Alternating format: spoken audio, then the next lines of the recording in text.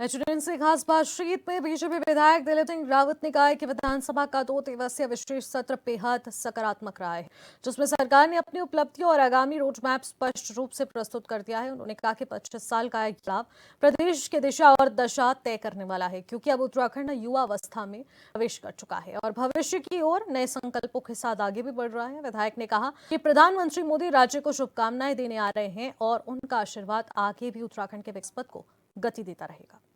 बातचीत करने के लिए भाजपा विधायक दिलीप सिंह रावत जी हैं। सर, बहुत बहुत स्वागत है आपका। धन्यवाद सर, विशेष सत्र हुआ 3 दिन में, इसमें किस तरह की चिंतन मंथन हुआ है? देखिए, मैं समझता हूं कि 2 दिन का सत्र बहुत सकारात्मक रहा है और सरकार ने भी अपनी उपलब्धियां गिनाई हैं। आप देख रहे थे कि आप सदन की कार्रवाई देख रहे होंगे तो हमारे जो प्रगति रिपोर्ट है, तमाम मंत्रियों ने जो कहा है उसको कहने के लिए समय कम पड़ गया था। तो बहुत सारी चीज़ें हैं, आशा है हमको कि बहुत बेहतर होगा और एक रोड मैप भी हमको इस सदन के माध्यम से मिला है। लेकिन जिस तरह से कहा जाता है कि 25 साल हो गए, युवा हो गया प्रदेश, लेकिन यही युवा व्यवस्था जो है रहती है कि इसी से दिशा दशा तय होती है। तो किस तरह की दिशा दशा तय कर दी? देखिए, किसी एक बहुत बड़े चिंतक ने कहा है कि जो बच्चा होता है वो अतीत में वो वर्तमान में जीता है और जो बुजुर्ग होता है वो अतीत में रहता है, लेकिन जो युवा होता है वो भविष्य की ओर सोचता है।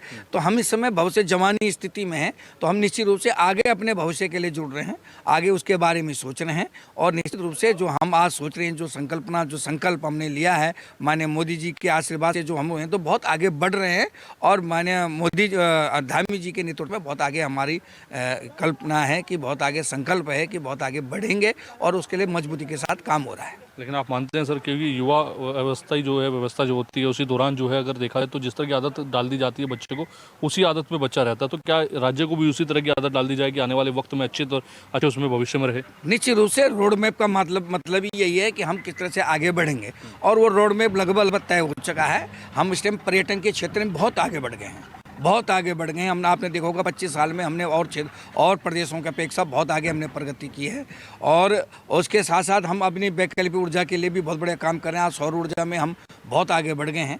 तो ऐसा है कि बहुत सारी चीज़ें ऐसी हैं कि जहां हम आर्थिक संसाधन को भी संजो रहे हैं, उनके अर्थव्यवस्था भी कर रहे हैं, वित्तीय व्यवस्था भी हमारी अच्छी हो रही है और यही कारण है कि आज तमाम हिमालय क्षेत्रों में के जो प्रदेशों में हैं, छोटे प्रदेशों में हम दूसरे नंबर वित्तीय प्रबंधन में आए। तो ये हमारा रोड मैप है कि हम आगे और भी बढ़ें और अपने आर्थिक संसाधन जो हैं और भी हम उनको और भी आगे उन संसाधन को जो है हम अपना अर्जन करें और ताकि जो है हम अपने पाँव में खड़े हो सकें। रजत जयंती के अवसर पर प्रधानमंत्री नरेंद्र मोदी भी आ रहे हैं, किस तरह की अपेक्षाएं रखी गई हैं? देखिए, मोदी जी हमें बधाई देने आ रहे हैं, शुभकामनाएं देने आ रहे हैं और निश्चित रूप से मुझे विश्वास है कि उनका आशीर्वाद जिस तरह से उत्तराखंड के ऊपर रहा है, आगे भी उनका आशीर्वाद रहेगा। चलिए, धन्यवाद सर अपना कीमती समय देने के लिए। तो आप सुन रहे थे भाजपा विधायक दिलीप सिंह रावत जी को, जिन्होंने तमाम विषयों पर अपनी राय रखी। कैमरा पर्सन हरीश भट्ट के साथ मैं योगेश आर्य, HN24/7 देहरादून।